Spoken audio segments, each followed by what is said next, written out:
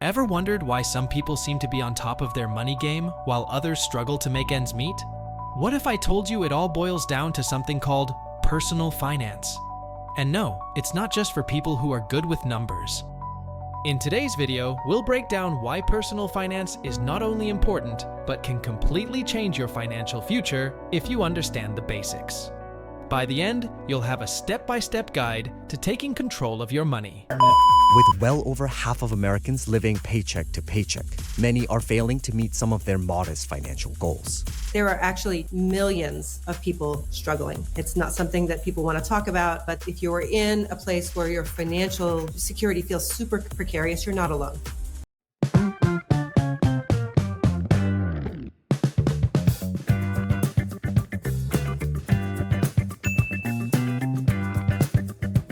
So, what happens without personal finance?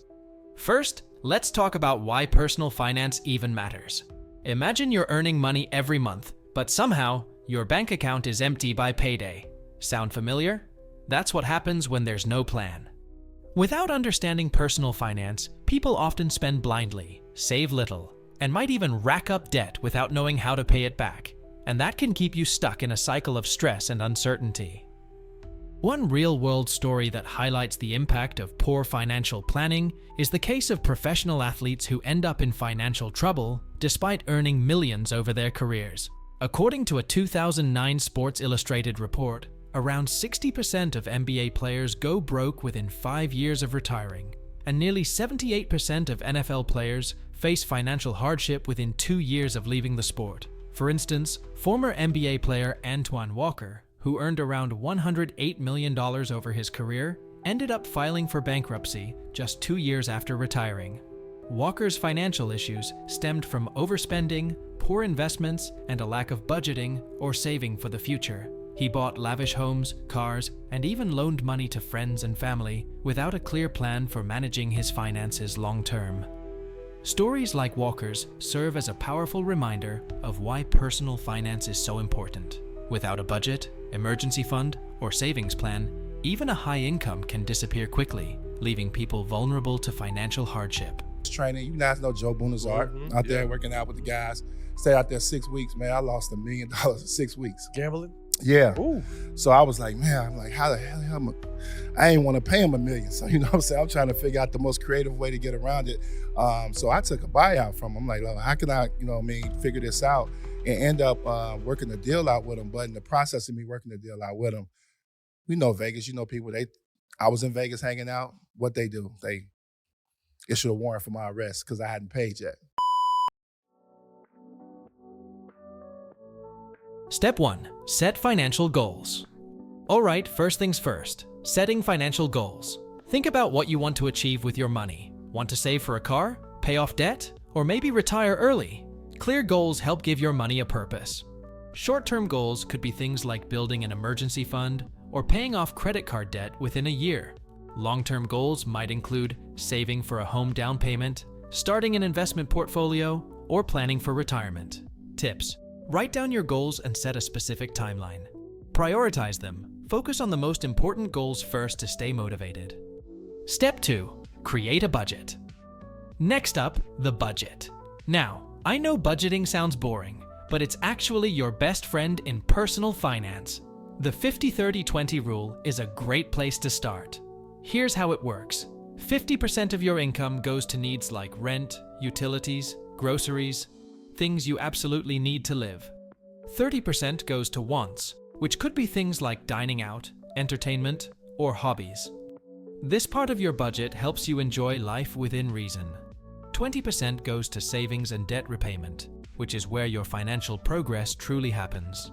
Some more tips. Track your spending for at least a month to see where your money is going. Adjust your budget monthly if needed. As you get comfortable, you might allocate more towards saving or investing. This helps you control your spending so you're not wondering where all your money went. Step 3. Build an emergency fund. An emergency fund is like a safety net for when life throws unexpected expenses your way, like car repairs or medical bills. Aim to save at least 3 to 6 months worth of expenses. Start small if 3. 6 months feels overwhelming. saving just $500 to $1,000 is a great first goal. Once you reach that, gradually increase it until you're comfortable. The key is consistency.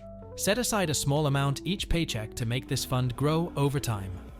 Why it's important. An emergency fund prevents you from going into debt to cover unexpected costs. It's a cushion that can help you weather job loss, sudden medical bills, or other financial emergencies. Step 4. Tackle debt smartly. If you have debt, especially high-interest debt, paying it off should be a priority.